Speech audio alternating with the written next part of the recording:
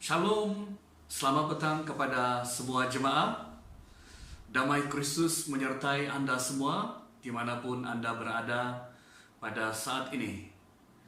Saya mau mengajak Anda semua untuk mendengarkan firman Tuhan sebagai makanan rohani kita pada petang hari ini dalam Injil Yohanes bab yang ke-15 ayat yang pertama sehingga ayat yang ke-8 di bawah tajuk pokok anggur yang benar.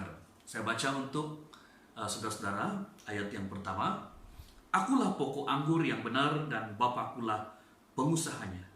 Setiap ranting padaku yang tidak berbuah dipotongnya, dan setiap ranting yang berbuah dibersihkan supaya ia lebih banyak berbuah.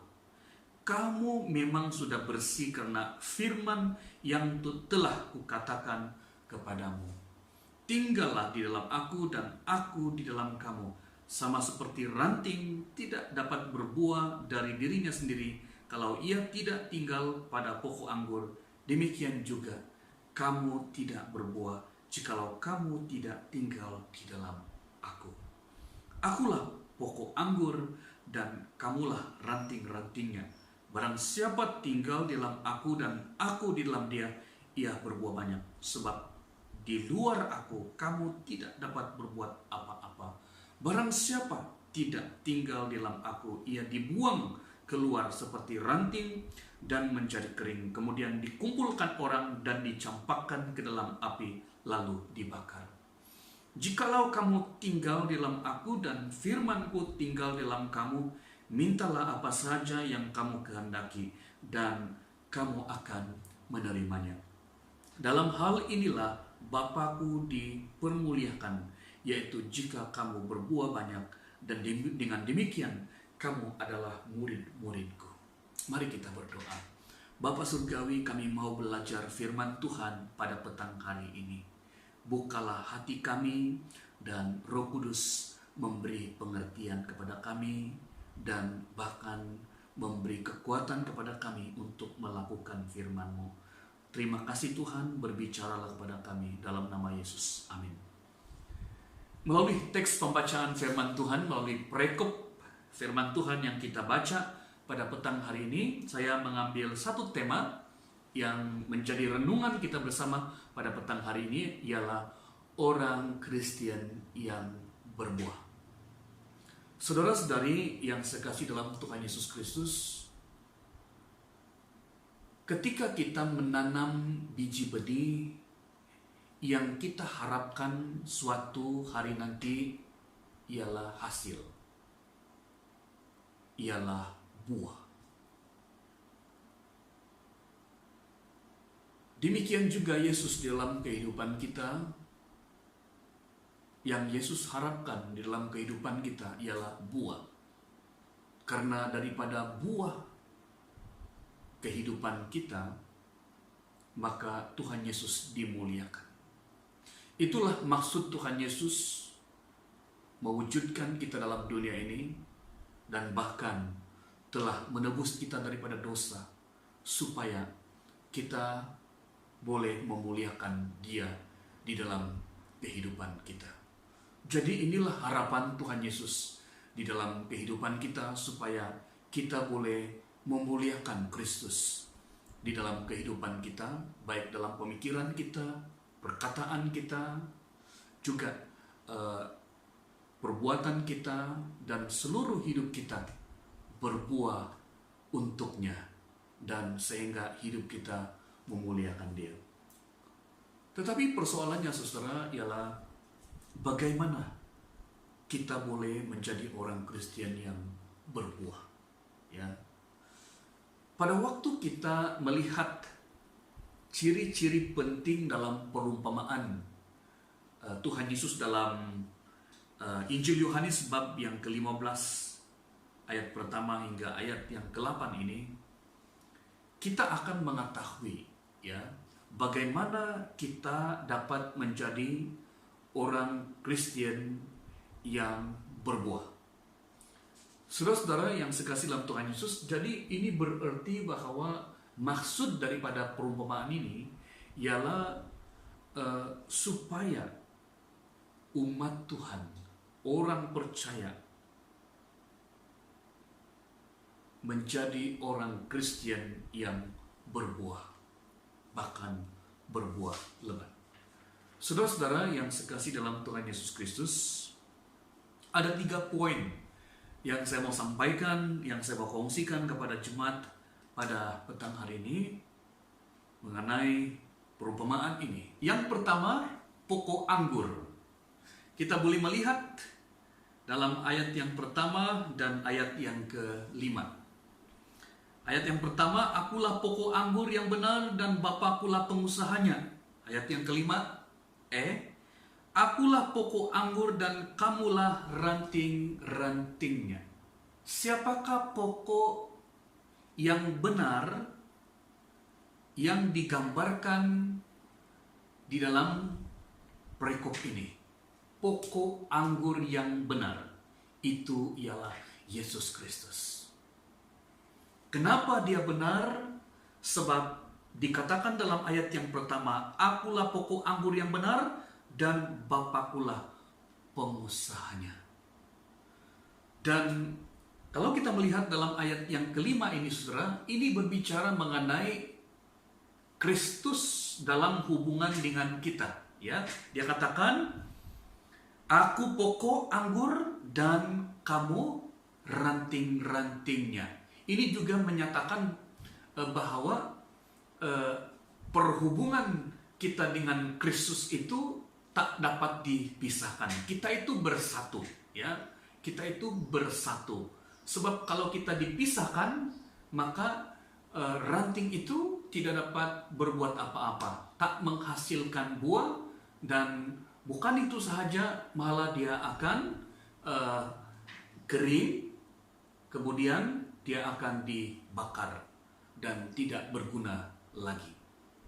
Jadi ini menyatakan kepada kita, saudara-saudari, bahwa begitu penting ranting itu, ya, dan kita itu adalah rantingnya, ya. Dan apabila Tuhan Yesus menyatakan, aku pokok anggur dan kamulah ranting-rantingnya, ini menyatakan bahwa Yesus itu begitu mementingkan, sangat mementingkan perhubungan, ya, kesatuan di antara Kristus dan umatnya, sehingga kita boleh hidup di dalam Dia. Saudara-saudara yang sekasih dalam Tuhan Yesus Kristus, itu yang pertama. Yang kedua, ranting-ranting yang juga disebut di dalam perikop ini, yang seperti yang saya katakan tadi, bahwa ranting-ranting ini menggambarkan ataupun berbicara mengenai kita, ya, kita sebagai orang percaya. Kita boleh melihat dalam ayat yang kedua dan ayat yang keenam, ya. Ayat yang kedua, setiap ranting padaku yang tidak berbuah dipotongnya, dan setiap ranting yang berbuah dibersihkannya supaya ia lebih banyak berbuah. Ayat yang keenam, barang siapa tidak tinggal di dalam aku, ia dibuang keluar seperti ranting dan menjadi kering, kemudian dikumpulkan orang dan dicampakkan ke dalam api, lalu dibakar. Saudara-saudara yang sekasih dalam Tuhan Yesus, ranting-ranting ini berbicara mengenai kita, ya. Dan melalui kita, buah-buah itu harus dihasilkan. Jadi itu berarti, saudara, sangat penting ranting-ranting itu bersatu dengan pokok, supaya ranting itu menghasilkan buah. Dan kitalah ranting-ranting itu, dan harus menghasilkan buah untuk kemuliaan Bapa di surga. Saudara-saudara, ranting-ranting itu juga berbicara tentang kita yang harus tinggal dalam Kristus, tinggal di dalam Kristus, ya, bersatu dengan Kristus, sehingga kita menghasilkan buah, ya. Jadi ini juga bermaksud kita tinggal bersatu dengan Tuhan, ya, di mana kita memiliki perhubungan yang erat dengan Tuhan, ya, di mana ini juga menyatakan kepada kita bahwa kita bersatu dan tinggal di dalam Dia juga bercakap tentang merenungkan dan melakukan kebenaran firman Tuhan di dalam kehidupan kita, ya. Dan apabila kita bersatu dalam Dia, bersatu dalam firman-Nya, maka kita akan berbuah. Saudara-saudara yang sekasih dalam Tuhan Yesus Kristus, ranting-ranting itu berbicara mengenai kita yang harus menghasilkan banyak buah. Jadi kuncinya, saudara, ialah apabila kita bersatu dengan Kristus, maka kita berbuah, ya, bahkan berbuah lebat. Ketiga, pengusaha kebun yang juga disebut dalam perikop ini. Kita boleh melihat itu dalam ayat yang pertama, ayat yang kedua, ayat yang ke-6, dan ayat yang ke-8. Ya. Nah, siapakah pengusaha kebun yang digambarkan oleh perumpamaan ini? Pengusaha kebun anggur. Nah, saudara-saudara yang sekasih dalam Tuhan Yesus, pengusaha kebun yang digambarkan dalam perikop ini ialah Bapa di surga. Dikatakan bahwa jika ranting itu tidak berbuah, maka dia akan memotong, ya. Dia akan memotong, memisahkan daripada pokok, ya. Dan kemudian ranting itu dikumpulkan dan kemudian dicampakkan ke dalam api lalu dibakar. Saudara-saudara, ini menyatakan kepada kita bahwa ranting yang tidak berbuah tidak berguna sama sekali. Sebab itu digambarkan di sini bahwa ranting yang tidak berbuah akan dipotong, kemudian akan dicampakkan lalu dibakar. Saudara-saudara yang sekasih dalam Tuhan Yesus, itu kalau ranting yang tidak berbuah. Tetapi kalau ranting yang berbuah, ayat yang ke-8 menyatakan, dalam hal inilah Bapakku dipermuliakan, yaitu jika kamu berbuah banyak dan dengan demikian kamu adalah murid-muridku. Saudara-saudari yang sekasih dalam Tuhan Yesus, apabila kita berbuah, menghasilkan buah banyak, maka Allah dimuliakan di dalam kehidupan kita. Dan inilah yang Allah rindukan dan inginkan di dalam kehidupan kita. Saudara-saudara yang sekasih dalam Tuhan Yesus Kristus, marilah kita memeriksa hati kita, memeriksa kehidupan kita, ya, dengan satu pertanyaan: adakah saya seorang Kristen yang sudah berbuah, atau sedang berbuah, atau mungkin sebaliknya tidak berbuah? Saudara-saudara yang sekasih dalam Tuhan Yesus, Yesus berkata, barang siapa tinggal di dalam aku dan aku di dalam dia, ia berbuah banyak. Saudara-saudara, firman Tuhan pada hari ini memberi petunjuk kepada kita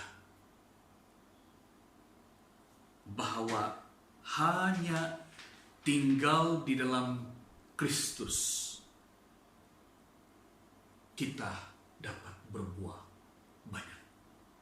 Hanya tinggal dalam Kristus kita dapat memuliakan Tuhan di dalam kehidupan kita. Bagaimana supaya kita boleh berbuah dan memuliakan Kristus, yaitu tinggal di dalam Dia? Maksudnya, saudara, kita menyimpan firman Tuhan di dalam kehidupan kita dan melakukan firman Tuhan itu di dalam kehidupan kita sehingga kita berbuah lebat.